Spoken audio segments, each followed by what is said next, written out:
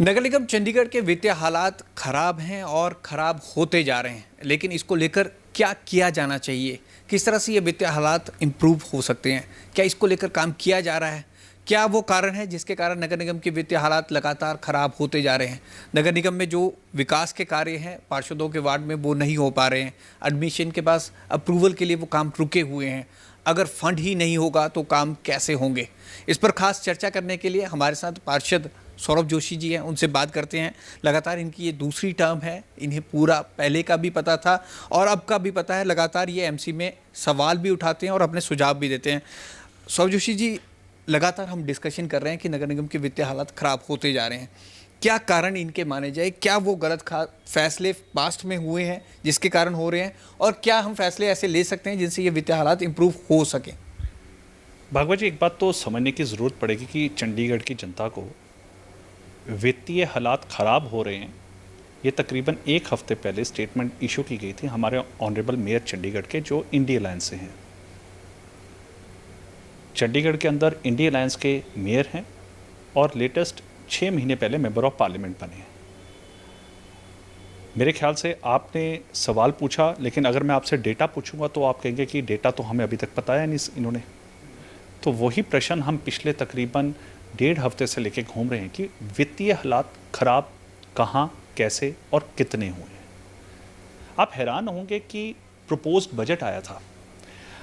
अब proposed budget क्या होता है कि आपने 2024-25 जो ये चल रहा है, ये कैलेंडर ईयर, फाइनेंशियल ईयर में आपने कौन कौन से खर्चे और कितने करने हैं।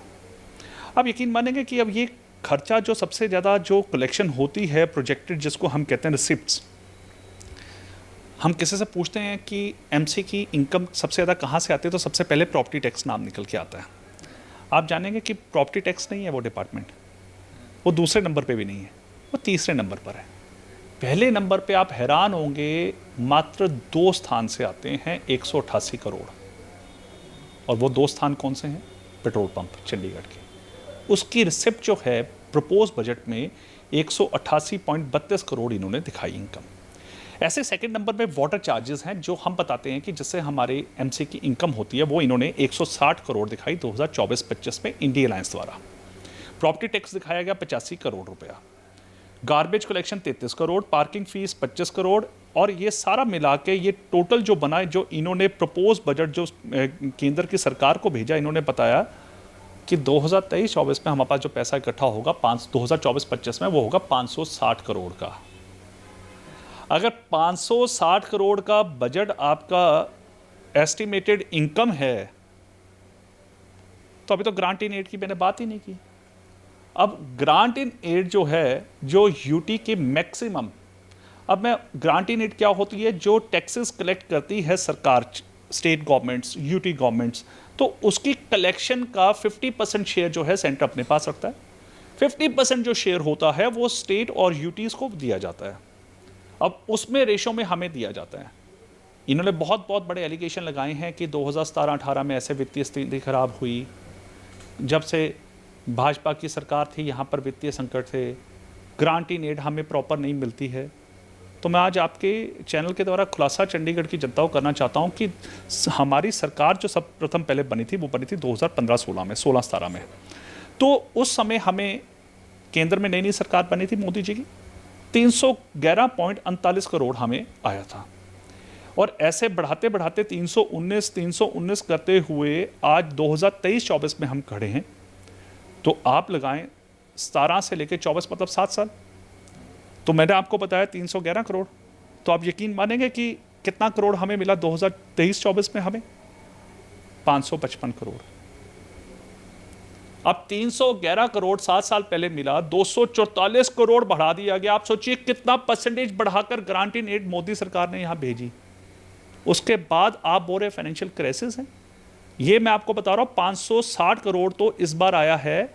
और जो इन्होंने अपना बताया 560 करोड़ का, इन्होंने बताया कि इनकम है हमारी, तो 550 करोड़ तो बाहर से आया है आपको ग्रांट इन एड, तो ये तो 1100 हो गया।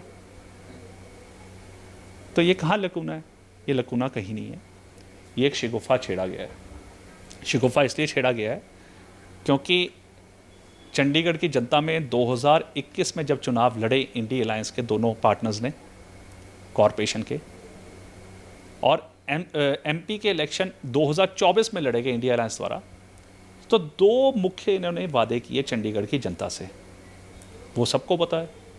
30,000 लीटर पानी का मुफ्त में दिया जाएगा, पर दूसरे के बारे में चुप कर गए इंडिया अलायंस। मैं चंडीगढ़ की जनता को याद करता हूँ, दूसरे नंबर पे मनीष तिवारी जी ने अपने मैनिफेस्टो पे लिखा था, वो था 300 यूनिट बिजली के मुफ्त देंगे 3 महीने के अंदर।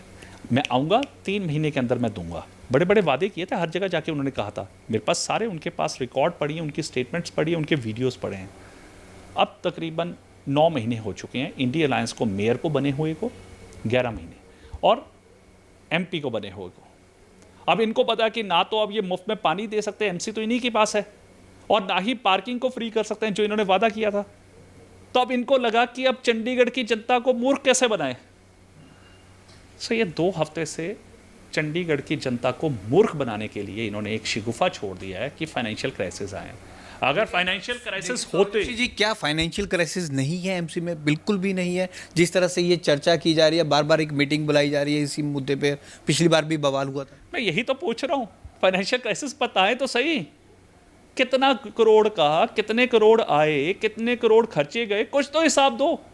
आप सिर्फ घर पे ये नहीं बात कह सकते, माता पिताजी घर में ये नहीं बच्चों को बोलेंगे कि भैया मैं तुम्हारी एडमिशन आईआईटी या कहीं बड़े इंस्टीट्यूट में या फॉरेन में इसलिए नहीं करा सकता कि मैं पैसे नहीं है। वो बोलेंगे भैया मेरी इतनी तनख्वाह है बेटा, मैं इसमें तुम्हें ये एजुकेशन बढ़ा दे सकता हूँ। तो समझ आता है बच्चे को भी कि नहीं, मेरे पिताजी नहीं कर सकते, मुझे स्कॉलरशिप देखना पड़ेगा, जहाँ मुझे एजुकेशन लोन लेना पड़ेगा। आपने हमें कोई फिगर तो दिए नहीं। आपने ना तो हमें इनकम बताई, ना एक्सपेंडिचर बताया, ना घाटा बताया, ना मुनाफा बताया, ना कुछ बताया। आपने बोला और चर्चा करनी है। ये तो डेटा सौरभ जोशी खुद ढूंढ के बैठा है, जो लेके बैठा है यहाँ पर। अब मैं क्यों बोल रहा हूँ ये शिगुफा छोड़ा गया। अब देखिए, अगर ये होता, वित्तीय संकट होता, क्या घर का मुखिया मना करता? घर का मुखिया मतलब हमारे एडमिनिस्ट्रेटर, हमारे एडवाइजर, ऑनरेबल एडवाइजर यूटी के, उन्होंने कहा भैया तुम्हारे रिसिप्ट जो तुमने हमें भेजी थी प्रपोज बजट में 560 करोड़, वो तो दिखाओ। अभी तो तुम्हारे पास 200 समथिंग 10 करोड़ इकट्ठा हुआ है, वो 300 कहाँ है? 300 करोड़ वो तो इकट्ठा करो। तो आज वो चर्चा कर रहे हैं बड़ी बड़ी। पर इसी पे तो वो कह रहे हैं कि प्रॉपर्टी टैक्स जो बकाया है, सरकारी बिल्डिंगों पर बकाया है, वो करोड़ों में है, वो क्यों नहीं वसूला जा रहा? उसको कैसे वसूल सकते हैं? वो अमेरिका के ट्रंप साहब आके वसूल नहीं करेंगे, या यूनाइटेड नेशन के आके नहीं वो अथॉरिटीज़ वसूल करेंगे, वो कंसर्न अथॉरिटी करती है। कंसर्न अथॉरिटी प्रॉपर्टी टैक्स लगाने वाले कॉरपोरेशन है। कॉरपोरेशन आपके पास है, आप सरकार चला रहे हैं, और आप बोल रहे हैं जी वसूली करने आप आ जाओ। भाई एमसी का प्रॉपर्टी टैक्स है, तो प्रॉपर्टी टैक्स एमसी का कौन इकट्ठा करेगा? सरकारी बिल्डिंग से ना करो ना। पंजाब सरकार के पास पैसा पेंडिंग पड़ा है ना, अब ये उस पर नहीं चर्चा करेंगे। आज ये कैसे करें चंडीगढ़ प्रशासन, चंडीगढ़ प्रशासन। भाई पंजाब सरकार, हरियाणा सरकार के लोगों ने यहाँ रेजिडेंशियल ले तो रखे बिल्डिंग्स, उनके सेक्रेटरीट चल रहे हैं, उनके ऑफिस चल रहे हैं, लीजिए। आपको मना कौन कर रहा है? आप आम जनता को तंग करते हो नोटिस भेज के, तो सरकारों से क्यों नहीं लेते? लीजिए, हम आपके साथ खड़े हैं। अब ये चाहते हैं कि प्रॉपर्टी टैक्स लेने के लिए डोनाल्ड ट्रंप आए। Is it possible? तो मैं बार बार कह रहा हूं ये चंडीगढ़ की जनता को मूर्ख बना रहे हैं। तो फिर ये प्रॉपर्टी टैक्स वसूल क्यों नहीं करते हैं? जब एमसी लगा रहा है, करोड़ों का बकाया है, कितने सालों से बकाया, फिर लेते क्यों नहीं है? मतलब अड़चन कहाँ आ रही है, आपको क्या लग रहा है? Will power, leadership, lack of leadership, lack of vision. मैं तो सब बात कहूंगा। चंडीगढ़ की जनता को अब एहसास हो रहा होगा।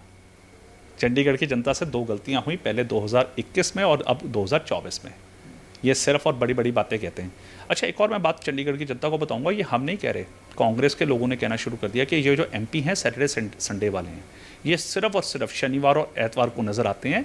ये 5 दिन यहाँ नहीं होते, ये दिल्ली में होते हैं। पर सौरभ जोशी जी, आप तो ये कह रहे हो कि 2021 के बाद ये हालात हुए हैं, ये तो कह रहे हैं कि पिछले कई सालों से ये बकाया है, वसूला ही नहीं गया अभी तक। वो चाहे आपके भी मेयर रहे होंगे, उस टाइम पर भी वसूला नहीं गया। देखिए, इन्होंने एलिगेशन लगाया कि 2017 में फाइनेंशियल क्राइसिस आए थे, 18, 19, 20, 21, ये सबको पता है, ये कोरोना काल का पीरियड निकला था। और उस दौरान में 21 से पहले हमारे पास सारे गांव दे दिए गए थे। कॉर्पोरेशन में भी डिलिमिटेशन नहीं हुई थी, 26 के 26 वार्ड थे, लेकिन गांव दे दिए गए। तो उस समय के जो हमारे मेयर थे भाजपा के, उन्होंने मेंबर ऑफ पार्लियामेंट से बात की कि मैडम हम पे इतना खर्चा आपने दे दिए, हमसे खर्चा कैसे मीट आउट होगा? तो उस समय की हमारी सांसद थी माननीय किरण खेर जी, वो गवर्नर साहब के पास गई, उन्होंने गुहार की कि भैया आप लोगों ने हमें गांव दे दिए हैं और गांव को चलाने के लिए हमें पैसा चाहिए। अकेले गांव पे 120 करोड़ लगना है और 50 करोड़ सड़कों के लिए चाहिए। आप यकीन मानेंगे 210 करोड़ पे वो लेकर आई थी। तो ये किसको करना है? ये करना है मेयर और हमारे ऑनरेबल मेंबर ऑफ पार्लियामेंट जो दिल्ली में बैठे हैं। आप हैरान होंगे, आप और मैं चर्चा कर रहे हैं, पूरा शहर जानता है, अभी तक एक बयान हमारे मेंबर ऑफ पार्लियामेंट का आया इसके लिए? क्या मेंबर ऑफ पार्लियामेंट ने अभी तक एडमिनिस्ट्रेटर से बात की? क्या मेंबर ऑफ पार्लियामेंट ने फाइनेंस मिनिस्ट्री में बात की, होम मिनिस्ट्री में बात की कि चंडीगढ़ के एमसी में फाइनेंशियल क्राइसिस आए हुए हैं जो उनके बोल रहे हैं लोग? तो क्या उन्होंने कुछ किया? आप जनता खुद जानती है। आप देखिए पिछले 10 दिन से आप सब चर्चा पढ़ रहे हैं। आप बताइए आपके एमपी साहब का कोई बयान आया तो सौरभ गलत है? अच्छा जोशी जी, इस पर तो चर्चा हो ही रही है। ये भी कह रहे हैं कि जो कॉन्ट्रैक्ट में एम्प्लॉयज़ रखे हैं, जो आउटसोर्स एम्प्लॉयज़ रखे हैं, रेगुलर से ज़्यादा तो उनकी सैलरी में जा रहा है, और जो एमसी जो रेवेन्यू कर रहा है अपने सोर्सेज से, वो सैलरी में ही निकल जाता है। एमसी के पास इतना रेवेन्यू नहीं आ रहा है। देखिए, मैं तो आउटसोर्स के अगेंस्ट हूँ। हमें रेगुलर एम्प्लॉयज़ को रखना चाहिए। ये कंसेप्ट ही गलत है। पैरिटी, ये डिस्पैरिटी है बेसिकली। एक व्यक्ति 40,000 रुपये तनख्वाह ले रहा है एक पोस्ट में और दूसरा व्यक्ति 12,000 ले रहा है। 40 और 12 में कितना फ़र्क है? तो मुझे लगता है कि ये जो आप नंबर ऑफ वो कह रहे हैं कि उन्होंने ज़्यादा भर दिए, मैं तो इसके अगेंस्ट हूँ। मैं तो कहता हूँ रेगुलर रख लो ना उन लोगों को। रेगुलर जितनी पोस्ट है आप उसको भरो ना। आप क्यों मैं तो बार बार कह रहा हूँ कॉन्ट्रेक्चुअल एम्प्लॉयज़ को रख रहे हैं, उनको रेगुलर कीजिए। लेकिन जो सेक्शन पोस्ट से ज़्यादा रखे गए, जो फिगर आ रहा था 3200 सेक्शन पोस्ट थी और 7,000 समथिंग रखे गए, उसका रिस्पॉन्सिबल कौन है? वो कौन करके गया? वो करप्शन किस लेवल पे हुआ? उसके बारे में तो कोई बात ही नहीं हो रही। सॉरी, मैं इसको मानता ही नहीं, क्योंकि जब तक ऑफिशियली ये डेटा नहीं आएगा मैं नहीं मानूंगा। क्योंकि ये भी डेटा, वही बात आ गई, हमारे मेयर साहब कह रहे फाइनेंशियल क्राइसिस से डेटा तो दिया ही नहीं। Let the data come on official record, फिर हम उस पर चर्चा करेंगे ना। लेकिन coming back to the point, अगर ज़्यादा रखे गए हैं तो कार्रवाई होनी चाहिए। मेयर साहब है ना, मेयर साहब कार्रवाई क्यों नहीं करते हैं? एमपी साहब करें ना कार्रवाई, किसने रोका है? करिए कार्रवाई। लेकिन coming back to the point, हमें जो है रेगुलर एम्प्लॉयज़ रखने चाहिए, कॉन्ट्रेक्चुअल एम्प्लॉयज़ नहीं होने चाहिए। उनके साथ बहुत शोषण होता है, ये मेरा मानना है। अच्छा जोशी जी, करप्शन की बात होती है, करप्शन हो रहा है, रेवेन्यू एमसी की झोली में ना आकर पर्सनल ऑफिसर्स के या पर्सनल उन खातों में जा रहा है। वो करप्शन किस लेवल पे हो रहा है? क्या उसको भी पहचानना ज़रूरी नहीं है? इस लेवल पे उस पर चर्चा नहीं की जानी चाहिए? पिछले कई दिनों से हम एमसी में देख रहे हैं करप्शन का अड्डा। आपने भी एक मुद्दा उठाया था एनफोर्समेंट को लेके, भर्ती को लेके ये मुद्दा उठा हुआ है। तो क्या इस पर चर्चा की जा रही है? क्या वो भी लॉस हो रहा है, वो एमसी के रेवेन्यू में नहीं आ रहा? आपने सही कहा। आपको याद होगा मैंने तो बल्कि एनफोर्समेंट, एनक्रोचमेंट और ये सारा मुद्दा उठाया था मैंने पूरे शहर का, और मैंने ये कहा था कि म्यूनिसिपल करप्शन अड्डा बन चुके हैं एमसी। म्यूनिसिपल कॉर्पोरेशन नहीं है, म्यूनिसिपल करप्शन अड्डा। और मैं आज भी बोलता हूँ। अब देखिए कि इसमें कहीं ना कहीं गलती हमारी भी है कि जब हमें पता है कि करप्शन का और जो करप्ट प्रैक्टिसेस यहाँ चल रही हैं उस पर चेक कौन करेगा? आप बोलेंगे कि सौरभ जी आप बात वहीं ले आके आ रहे हैं। अब देखिए, चंडीगढ़ ने, जनता ने चुन के इंडी अलायंस को मेयर और एमपी बनाया है। अब अकाउंटेबिलिटी उनकी है। हम तो साफ साफ बोलेंगे वो अकाउंटेबिलिटी को इसलिए भाग रहे हैं क्योंकि वो खुद इसमें हैंड इन ग्लव्स हैं। अगर हैंड इन ग्लव्स नहीं है ना तो लीजिए कार्रवाई कीजिए ना अधिकारियों में जो करप्ट प्रैक्टिसेस में इन्वॉल्व हैं, और जो आपके पॉलिटिकल लोग भी इन्वॉल्व हैं उस पर आप आज तक एक्शन क्यों नहीं लिया आपने? मेरा तो ये मानना है कि शहर की जनता खुल के बोल रही है, खुल के आरटीआई एक्टिविस्ट आपको डेटा दे रहे हैं, वो बेचारे सड़कों पर उतरे हुए हैं। लेकिन जिन चंडीगढ़ की जनता ने जिनको चुना है उनके कान में कोई जूं तक नहीं रेंग रही है। सो मेरा मानना है कि करप्शन का मुद्दा विल पावर से जाएगा, लीडरशिप से जाएगा। और लीडरशिप इस टाइम चंडीगढ़ की जनता ने जिनको दी है वो इंडी अलायंस का मेयर है और इंडी अलायंस का मेंबर ऑफ पार्लियामेंट है। तो उनको अपनी विल पावर बढ़ाने की ज़रूरत है। बीजेपी इस करप्शन के मामले में ज़ीरो टॉलरेंस रखती है। पहले 2 स्टेप जो ऐसे अभी मौजूदा हालात में ले सकते हैं जिससे इंप्रूव हो सकती है फाइनेंशियल कंडीशन, वो क्या है आपके हिसाब से? क्या लगता है? सबसे बड़ी बात है कि पहले अपनी विल पावर तो बढ़ाएं। पहले चंडीगढ़ का जनता ये तो बताएं कि कितना का डेफिसिट चल रहा है। हमें डेफिसिट ही नहीं पता। तो पैसा तो कहाँ से आना है? पैसा तो घर से आना है।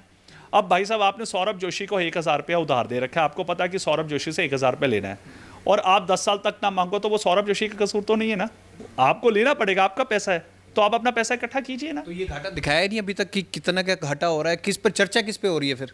यही तो मैं कह रहा हूँ, चर्चा सिर्फ जुमलेबाजी में हो रही है। सिर्फ वो गारंटी कार्ड पे हो रही है। वो जो गारंटी कार्ड दिए थे राहुल बाबा के, इनके, ये राहुल बाबा की टीम ही है। ये वो जुमले उसके कारण चल रहे हैं ताकि लोगों को डाइवर्ट कर सके कि हम दे क्यों नहीं पा रहे हैं। हम दे इसलिए नहीं पा रहे क्योंकि वहाँ पैसा नहीं है। भैया पैसा घर में है, इकट्ठा ही करो, आम लोगों तक पहुंचाओ ना। 30,000 लीटर मुफ्त पानी क्यों नहीं दे रहे हो? पार्किंग फ्री क्यों नहीं कर रहे हो? 300 यूनिट मत भूल जाना जो इलेक्ट्रिसिटी का तिवाड़ी साहब आपने वादा किया था कि 300 यूनिट इलेक्ट्रिसिटी का आपने चंडीगढ़ की जनता को कहा था 3 महीने के अंदर। भाई 6 महीने हो गए, इसको जल्दी कीजिए। तो नगर निगम के वित्तीय हालात कैसे सुधरें, क्या गलतियां हुए, इस पर हमने चर्चा करने की कोशिश की। भाजपा पार्षद सौरभ जोशी से ये उनका बयान है, वो लगातार उठा रहे हैं कि क्या मुद्दे इस पर डिस्कस किए जाते हैं और कैसे ये किया जा सकता है। कैमरामैन अनिल के साथ भगवत सिंह, पंजाब केसरी, जगबानी टीवी, चंडीगढ़।